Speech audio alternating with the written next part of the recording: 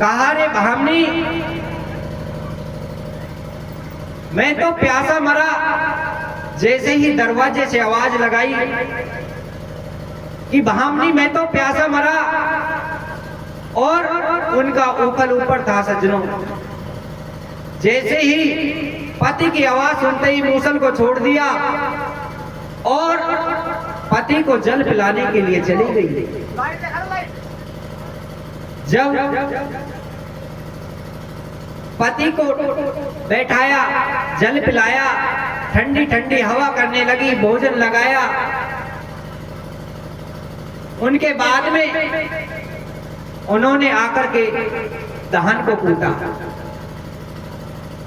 इस बात को कोई पड़ोसन बहन देख रही थी। वो रोज अपने पति को गाली देती थी, बुरा भला कहती थी। आज उसने देखा कि ये क्या बात है, उसको बुलाया कि बहन बहन यहाँ आओ। उसने कहा क्या बात है बहन, आप ये बताइए, जो ये आपका मूसल है ये कैसे रुक गया था? वो बोली कि बहन इसमें कोई बड़ी बात नहीं है, ये तो पतिव्रत धर्म का प्रताप है।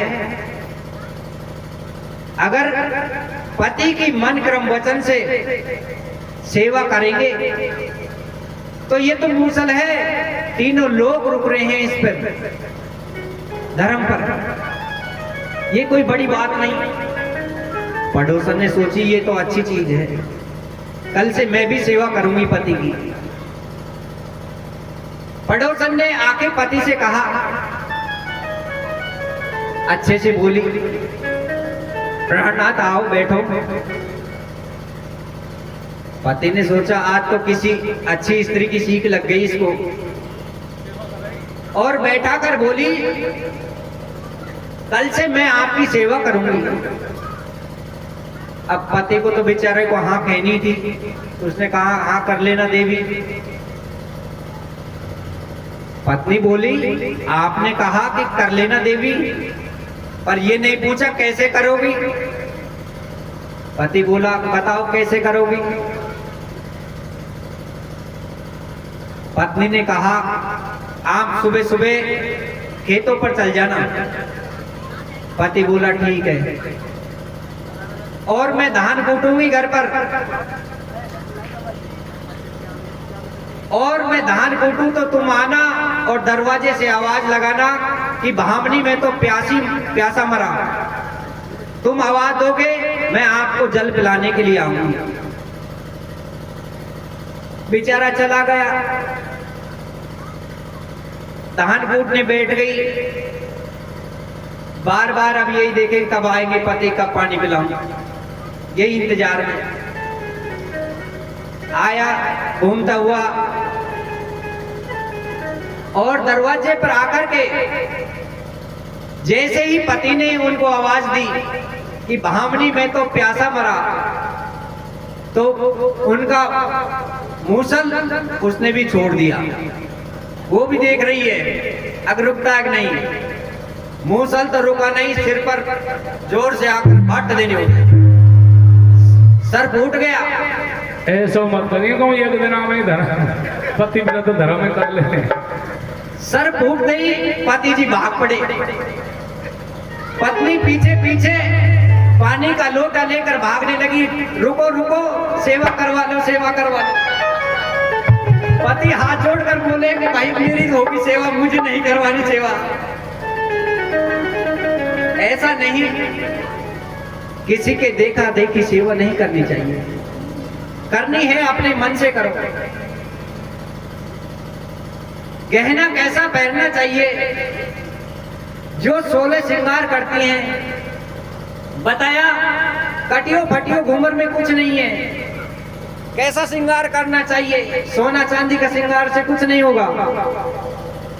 पहला गहना है मिस्सी। मिस्सी का अर्थ होता है, थोड़ा कथा में जान दो, है ना। मिस्सी का अर्थ होता है मिस बनाना। मिस बनाना छोड़ दो, नई बहू आई, बहू ने सोचा अभी से काम करने लग गई ना तो सासू जी को आदत पड़ जाएगी। बहू ने कहा कि माताजी आज तो मेरे सर में दर्द है, बहाना बनाया और सो गई। ये मिस बनाना छोड़ दो। दूसरा कहना है मेहंदी। मेहंदी कैसी लगानी चाहिए? लाज की, हमेशा लाज बचा के रखो। तीसरा कहना है काजल। काजल कैसा लगाना चाहिए? सील का, हमेशा सीलता, नैनों में जल सील, बिल्कुल नए तरह से जैसे ठंडा स्वभाव। नथ कैसी पहननी चाहिए? सोना चांदी की नहीं, अपने मन को नाथे, वश में करे मन को। ये मन है बहुत चंचल है, थोड़ी देर में कहीं अभी कथा में बैठे बैठे थोड़ी देर में रेवाड़ी पहुंच जाए, रेवाड़ी से नारनौल चल जाए, नारनौल से अलवर चल जाए, हेलीकॉप्टर से यहां से मुंबई जाएंगे 2 घंटे लगेंगे, और ये मन 1 सेकंड में ढकेल पे चल जाए और वहां गोलगप्पा खाने लग जाए। इसको कंट्रोल करो मन को।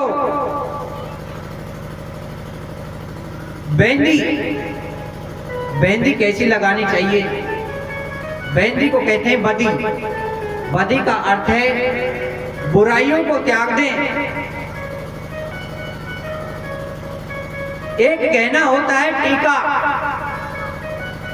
टीका कैसा लगाना चाहिए? सोना चांदी का नहीं, कैसा लगाना चाहिए? यश का,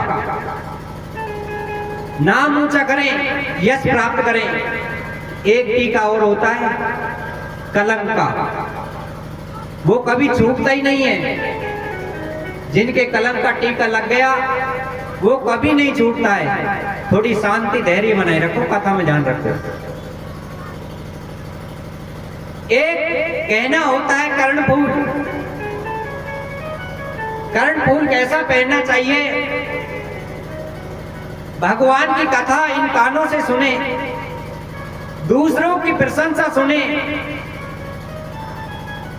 भगवान की कथा सुने, पतिव्रत धर्म सुने इन कानों से। यही कर्णफूल अच्छे हैं।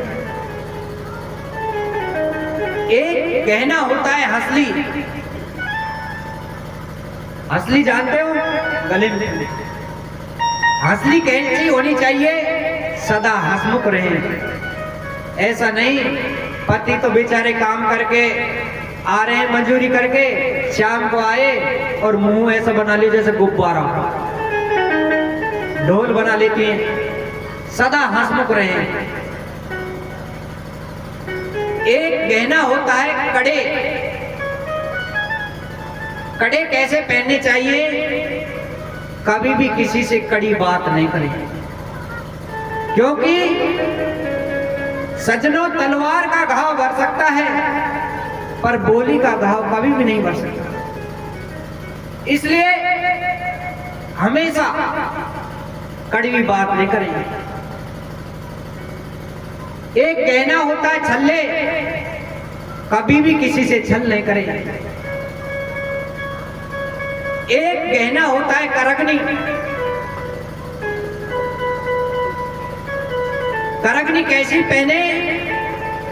हमेशा सत्कर्म के लिए कमर कस के तैयार रहे।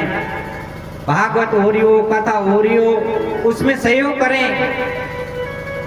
कोई भी घर में शादी हो, फंक्शन हो, कोई भी कार्य हो, हमेशा कमर कस के रहें, तैयार रहें हमेशा।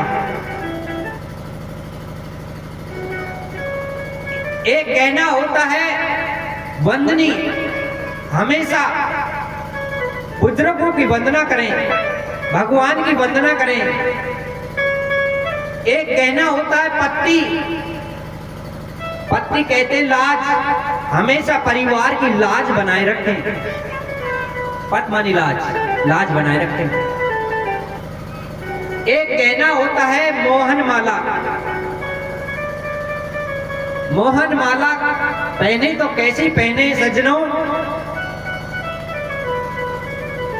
हमेशा अपने विचारों से सबका मन को मोहित कर ले, पूरे परिवार के, पूरे गांव के सारे कहने लग जाए, अड़ोसी पड़ोसी परिवार वाले, भैया हमारे तो एक ही बहू है, एक ही बहू है, सबसे अच्छी है। होती है, हर परिवार में होती है, सबकी छटनी अलग अलग होती है, धुंधली भी होती है तो अच्छी भी होती है। सबका मन को मोहित कर ले। एक गहना होता है पायल, पायल पहने तो कैसी पहने, जो जितनी भी बड़ी बूढ़ी माता हैं इनके चरणों की वंदना करें, इनके पैरों को दबाएं, इनकी सेवा करें, सासों की सेवा करें, ऐसी पायल पहननी चाहिए। वही स्त्री 16 श्रृंगार करने वाली होती है और वही सतगुरु के दरबार में नाच सकती है, नहीं तो सतगुरु के दरबार में नाचने का अधिकार किसी को नहीं है। बोले गोविंद भगवान की जय। जय।